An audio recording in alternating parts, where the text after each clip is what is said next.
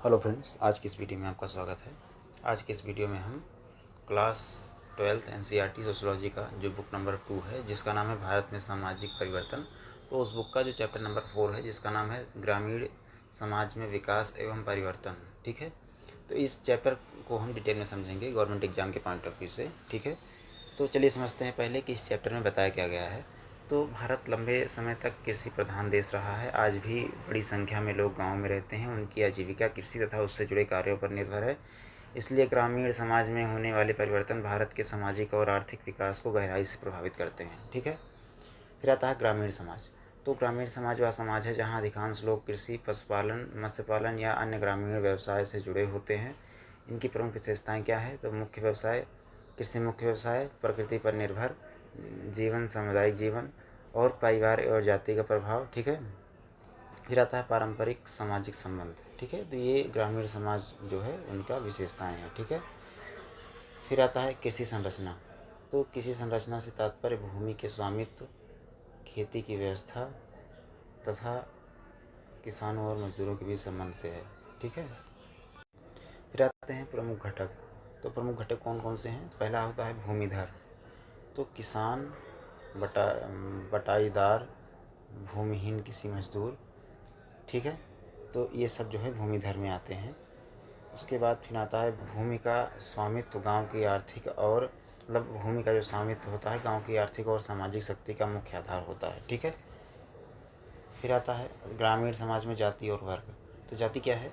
तो जन्म पर आधारित सामाजिक व्यवस्था है। परंपरागत व्यवसाय जिसमें मतलब होते हैं, जाति के अनुसार उनको व्यवसाय दिए जाते हैं और सामाजिक प्रतिष्ठा उसी हिसाब से होती है। ठीक है, फिर आता है वर्ग। तो वर्ग क्या है? आय, संपत्ति और भूमि के आधार पर विभाजन है। आर्थिक स्थिति पर आधारित होता है ये।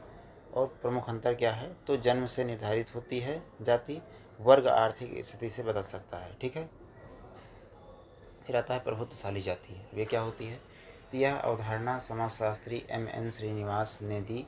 किसी गांव में वह जाति प्रभुत्वशाली कहलाती है जिसकी संख्या अधिक हो, जिसके पास भूमि अधिक हो, जो आर्थिक रूप से मजबूत हो, जिसका राजनीतिक प्रभाव अधिक हो। ठीक है, फिर आता है भूमि सुधार। तो स्वतंत्रता के बाद सरकार ने ग्रामीण असमानता कम करने के लिए भूमि सुधार लागू किए।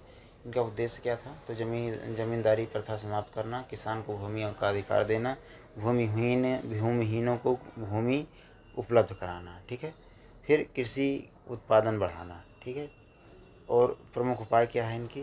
तो भूमि उन्मूलन के, काश्तकारों के अधिकार, भूमि सीमा, भूमि का पुनर्वितरण। ठीक है, फिर आता है जमींदारी उन्मूलन। तो ये क्या होती है? तो स्वतंत्रता के बाद अधिकांश राज्यों में जमींदारी प्रथा समाप्त की गई। इसका परिणाम क्या हुआ? तो किसानों का सीधा संबंध सरकार से हुआ, मध्यस्थों की भूमिका कम हुई और सामाजिक परिवर्तन की शुरुआत हुई। ठीक है, फिर आता है हरित क्रांति। तो 1960 के दशक में भारत में कृषि उत्पादन बढ़ाने के लिए हरित क्रांति शुरू की गई। विशेषताएं क्या हैं? मतलब इसकी हरित क्रांति की विशेषताएं क्या हैं? तो उच्च उपज, मतलब जो अच्छी उपज वाले बीज हैं, रासायनिक उर्वरक, कीटनाशक, सिंचाई, आधुनिक मशीनें। प्रमुख राज्य कौन से हैं? पंजाब, हरियाणा, पश्चिमी उत्तर प्रदेश। ठीक है, तो मतलब ये ऐसे राज्य हैं जहाँ पे हरित क्रांति विशेष रूप से आई थी। फिर आते हैं हरित क्रांति के प्रभाव। तो इसके सकारात्मक प्रभाव क्या हुए? तो खाद्यान्न उत्पादन में वृद्धि, किसानों की आय बढ़ी, कृषि का आधुनिकीकरण हुआ, खाद्यान्न में आत्मनिर्भरता बढ़ी। फिर आते हैं नकारात्मक प्रभाव पर। तो बड़े किसानों को अधिक लाभ, छोटे किसान पीछे रह गए, क्षेत्रीय असमानता, पर्यावरण प्रदूषण, भूजल का अत्यधिक उपयोग। ठीक है, तो ये उसका नकारात्मक प्रभाव हुआ। फिर आते हैं ग्रामीण श्रमिक। तो ग्रामीण क्षेत्रों में अनेक लोग भूमिहीन कृषि मजदूर के रूप में कार्य करते हैं। ठीक है, तो ग्रामीण समाजों में अनेक लोग जो होते हैं वो भूमिहीन कृषि मजदूर के रूप में कार्य करते हैं। इनकी प्रमुख समस्याएं क्या हैं? तो कम मजदूरी, मौसमी रोजगार और गरीबी, सामाजिक असमानता। ठीक है, फिर आते हैं श्रम का प्रवाह। तो जब ग्रामीण लोग काम की तलाश में कुछ समय के लिए शहरों एवं राज्यों में जाते हैं और बाद में लौट आते हैं, तो उसे हम श्रम का प्रवाह कहते हैं। ठीक है, कारण क्या है इसका? तो बेरोजगारी, कम आय, किसी पर निर्भरता, बेहतर रोजगार। ठीक है, फिर आते हैं उदारीकरण। तो निजीकरण, मतलब फिर आता उदारीकरण और निजीकरण, वैश्वीकरण का प्रभाव। तो जो उदारीकरण होता है, निजीकरण होता है और वैश्वीकरण होता है, तो इनका क्या प्रभाव पड़ा भारतीय समाज पर? तो 1991 के बाद भारतीय समाज में कई परिवर्तन हुए।